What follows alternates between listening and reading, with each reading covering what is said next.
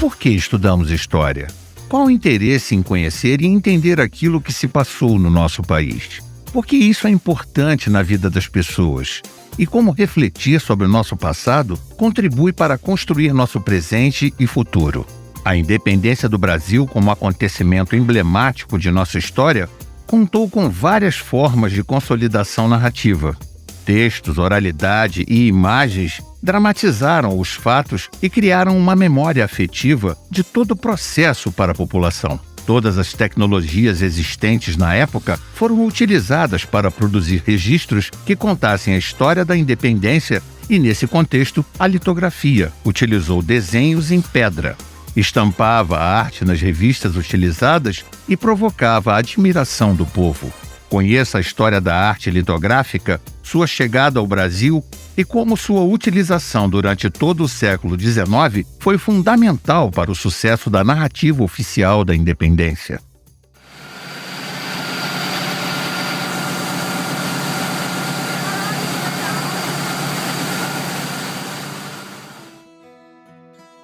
Você saberia identificar o som que acabou de ouvir? Esse é o som de máquinas de impressão de jornais. Você sabe o que é um impresso? Conhece ou já ouviu falar da técnica da litografia ou litogravura?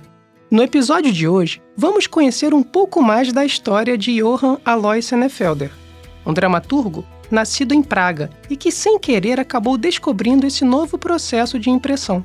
Também abordaremos os benefícios da litografia no Brasil, identificando quando e como essa técnica foi introduzida em nosso país. Em seguida, vamos conhecer Ângelo Agostini, um desenhista que não mediu esforços para fazer aparecer o tema da independência do Brasil em sua revista ilustrada. E ainda, faremos uma breve análise de uma de suas versões litográficas da imagem da estátua equestre de Dom Pedro I, considerando as próprias críticas feitas por Agostini nas páginas deste importante impresso. Impresso é tudo aquilo que se imprimiu, que resulta do processo de impressão, por uma impressora ou outro mecanismo análogo. Os impressos foram um importante instrumento de propagação de ideias. Você conseguiria imaginar o mundo de hoje sem a impressão ou a Xerox? A professora e pesquisadora doutora Aline de Moraes Limeira, da Faculdade de Educação da Universidade Federal da Paraíba, nos ajuda a compreender a potência desse documento. Nesse sentido, os impressos, eles também selecionam, ordenam, estruturam o acontecido, os fatos. Estrategicamente, eles narram aquilo que passou, selecionando interesses, atuando num jogo desequilibrado de forças. Eles forjam, legitimam e retificam valores, ideias, projetos, mobilizam discursos na produção de verdades. Eles operam na eleição dos fatos que chegam até o público e na forma como o público deve receber esses fatos. Eles produzem determinadas narrativas sobre acontecimentos, sobre ideias, sobre datas, sobre personagens e diferentes narrativas. Nesse sentido, os impressos eles são um dos dispositivos mais importantes para compreender o modo como a nossa sociedade funciona. Desde o momento em que surgem os impressos até hoje, apesar de toda a tecnologia empregada nesses dispositivos, os impressos eles ainda constituem uma grande força ativa na estrutura da nossa sociedade. A impressão em grande escala não facilitou apenas a vida dos jornais e revistas, mas de muitos outros profissionais. Observe atentamente esse diálogo. Acabei de escrever o meu roteiro de teatro. Muito bem, podemos iniciar os ensaios amanhã mesmo. Mas, senhor, o elenco é composto de 33 personagens e o roteiro possui 150 páginas. Isso significa que vamos precisar fazer cópias para todos os 33 atores, o que daria cerca de 4.950 folhas. Exatamente. Este é o problema. Não sei como posso reproduzir todas essas cópias. Se for manualmente, acho que levarei mais de um ano. Tempo é dinheiro e não temos todo esse tempo. Os ensaios iniciam amanhã mesmo. Eu não sei o que você vai fazer, Johann, mas você tem até amanhã para me entregar essas cópias ou nosso contrato será cancelado. Este diálogo é uma ficção baseada em fatos e ajuda a compreender uma necessidade sentida por Johann Alois Senefelder. a de realizar cópias de texto em grande escala. Mas você sabe quem foi Senefelder? Johann Alois Senefelder foi um dramaturgo que nasceu em 1771 na cidade de Praga. Ele desejava duplicar e imprimir seus roteiros de teatro e acabou por descobrir, sem querer, o novo processo de impressão, o da técnica da litografia ou litogravura. Mas, professora, afinal, o que é litogravura ou litografia? É um método de impressão a partir de imagem desenhada sobre uma base, em geral de calcário especial, conhecida como pedra litográfica.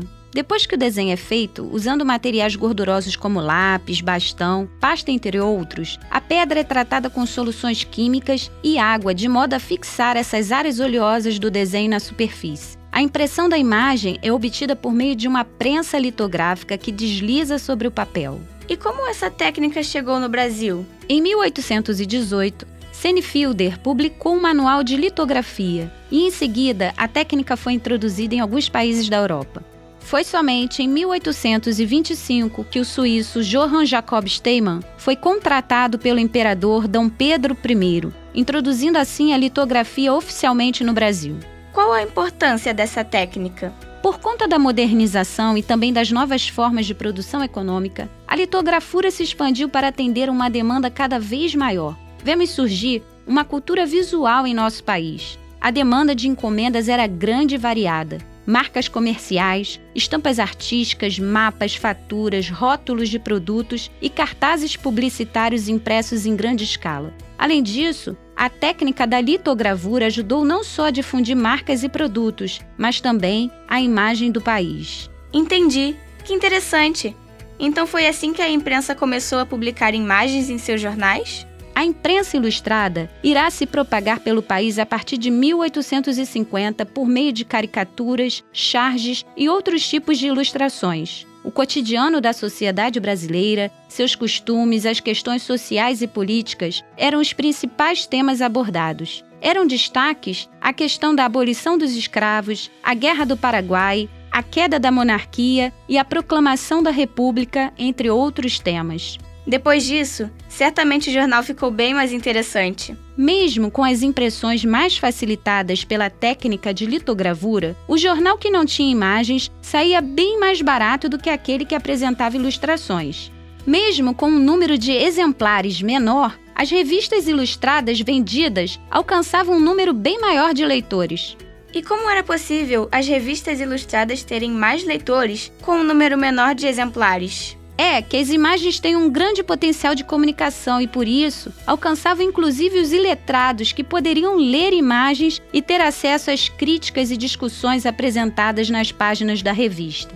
Em meio a esses grandes debates e ao crescimento do uso da litografia na imprensa, surgiu, no ano de 1876, a Revista Ilustrada, importante periódico carioca, considerada a mais emblemática publicação ilustrada da época. Por que essa revista foi tão importante? Lançada em 1876, a Revista Ilustrada circulava por todo o país à frente de campanhas nacionais, fazendo fortes críticas sociais e políticas. Criada pelo caricaturista italiano Angelo Agostini, a principal bandeira levantada pelo artista no periódico foi a temática abolicionista.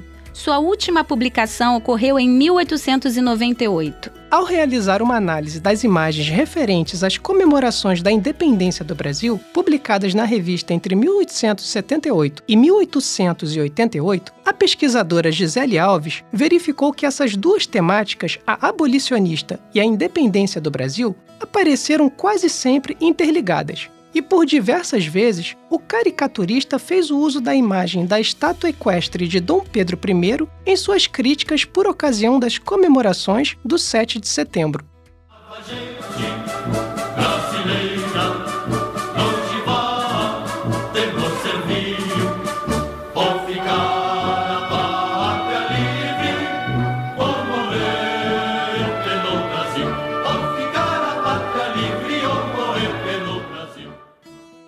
A estátua equestre de Dom Pedro I, considerada a primeira escultura pública do Brasil, foi inaugurada na Praça da Constituição em 1862, em razão da comemoração dos 40 anos da independência do Brasil. O monumento é dedicado à formação e legitimação de uma memória sobre o acontecimento da emancipação e foi muito criticado na Revista Ilustrada. Independência ou Morte foi o nome escolhido para o projeto da estátua, feito por João Maximiano Mafra. A execução da obra aconteceu em 1862 e ficou sob a responsabilidade do artista Louis Rocher, contratado em Paris. Logo, a estátua passa a ser alvo dos caricaturistas. No Brasil, Ângelo Agostini fez duras críticas à monarquia, defendendo os ideais abolicionistas e republicanos através de suas imagens publicadas na Revista Ilustrada. Passemos agora à análise de uma das impressões litográficas. No dia 7 de setembro de 1878, a Revista Ilustrada publicou uma imagem que ocupou 2 páginas da revista. Nessa imagem, o caricaturista desenha Dom Pedro I sentado na beirada do pedestal, segurando as rédeas do cavalo. À sua frente, um índio em cima de uma escada lhe oferece um buquê de flores, sendo observado pelos índios abaixo do pedestal de Dom Pedro I. No rodapé, vemos um texto que complementa a imagem. Trata-se de um diálogo entre Dom Pedro I e o país. O governo, representado pelo ministro, está escondido atrás do país, aqui representado pelo índio. É o indígena quem dá a cola daquilo que deve responder a Dom Pedro I. Neste diálogo, logo que o país inicia seu discurso, é interrompido por Dom Pedro, que diz: Muito bem, mas dispenso o discurso. Como se sente com a independência? O governo pede então ao país para responder que está tudo muito bem e agradecer. Ao final, conclui que o país é um coitado, pois pensa ser independente quando, na verdade, está escravizado pelo poder. A estátua equestre de Dom Pedro I era certamente um símbolo da independência que o caricaturista usou muitas vezes para fazer críticas à escravidão e apresentar ao povo a ideia de que viviam uma falsa liberdade e independência. Embora as críticas sugeridas nessas imagens fossem impressões do artista dos acontecimentos que testemunhava, elas permitem compreender um pouco mais os pensamentos e conflitos vivenciados naquele período. A Revista Ilustrada propôs textos e imagens complexas, fazendo críticas políticas e sociais importantes. Pautada pelo projeto de civilização, veremos registrados em suas páginas um desejo de ensinar seus leitores por meio do que publica. Mais que uma forma de educação, o jornal e suas imagens litográficas tornam-se um registro e um documento importante para ajudar a compreender melhor o 7 de setembro, o processo de independência e a fabricação das memórias e representações em disputa das experiências vividas naquele período. Exaltação, crítica, registro. A litografia, popularizada e estampada nas revistas ilustradas, aprofundou as visões do povo brasileiro sobre a independência e provocou debates sobre o fato, ampliando a percepção sobre os conflitos e os pensamentos da época sobre o tema. Na eterna guerra das narrativas entre os que disputam a maneira como os fatos históricos são contados, a litografia, com suas imagens caricaturais, proporciona uma análise ampliada de um período de processos complexos e contínuos que construíram muito da população brasileira. Podcast História ao Pé do Ouvido. Produção, Rádio UERJ e Núcleo de Ensino em Pesquisa em História da Educação da Universidade do Estado do Rio de Janeiro. Realização, Centro de Tecnologia Educacional, CTE.